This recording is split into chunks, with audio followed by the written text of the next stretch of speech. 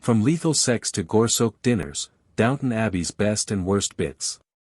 Prepare for stiff upper lips to wobble. Clutch monogrammed hankies for period-appropriate eye-dabbing. After 15 years on our screens, the Downton Abbey saga is about to hop in its vintage roles and drive off into the soft focus sunset. The third and final film spin-off, Downton Abbey, the grand finale, is released this Friday, accompanied by a forelock-tugging farewell ITV documentary. For 6 series, Downton bestrode the Sunday night schedules like a Grade 2 listed colossus. Writer Julian Fellowes' upstairs-downstairs creation followed entitled Aristos and their salt-of-the-earth servants at a fictional country pile. Sure, the dialogue was clumsy, the plot soapy and the historical exposition clunked like a stately home's antique radiators. Yet somehow, it didn't matter. Downton was watched by an estimated 120 million people worldwide. It won 3 Golden Globes, 4 Baftas and a whopping 15 Emmys, becoming one of British TV's most successful exports of all time.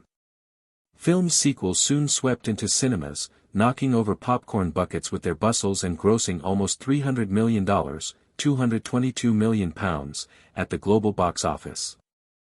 Now, like the crumbling dream of aristocratic England it portrayed, it's coming to an end. But what were the ha-hawing highlights? And what were the tweed-clad low points?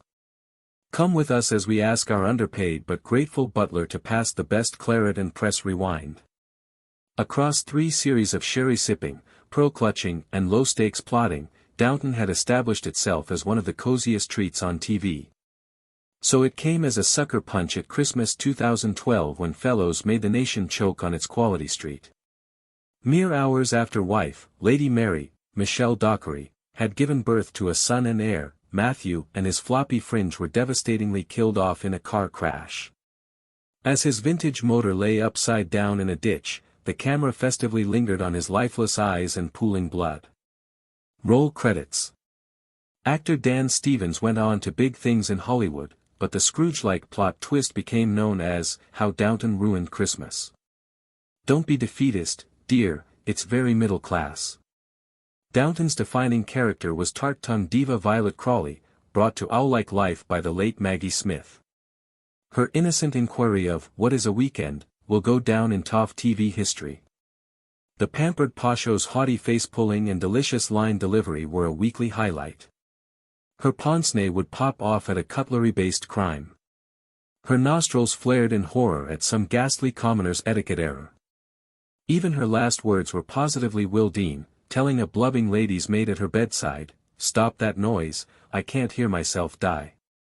You'd think actor Theo James, him of White Lotus douchebag pedigree, could handle himself in a sex scene, but 15 years ago, the Virgin Mary quite literally shagged him to death. James popped up in Series 1 as Turkish diplomat Kemal Pamuk, who stopped off at Downton after a peace conference. During a scandalous night of passion with the Earl of Grantham's eldest daughter, Pamuk dropped dead from a heart attack. A spot of nocturnal corpse removal helped hush it up. Fellowes has admitted that the plotline was pilfered from real life.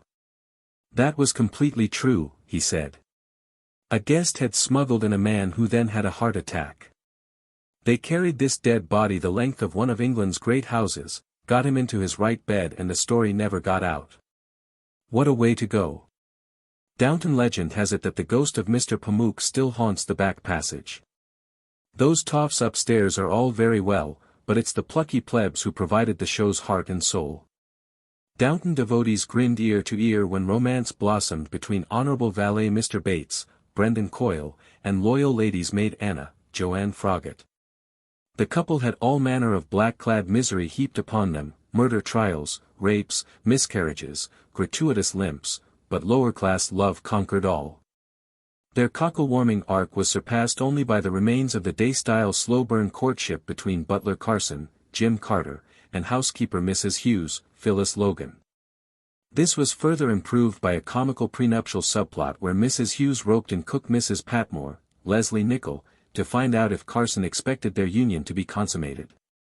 Cue a barrage of ye old euphemisms. Have you fully considered every aspect of marriage? Will she be expected to perform all wifely duties? Do you wish her to share your way of life? Carson's eyebrows raised so far they hovered near the chandeliers.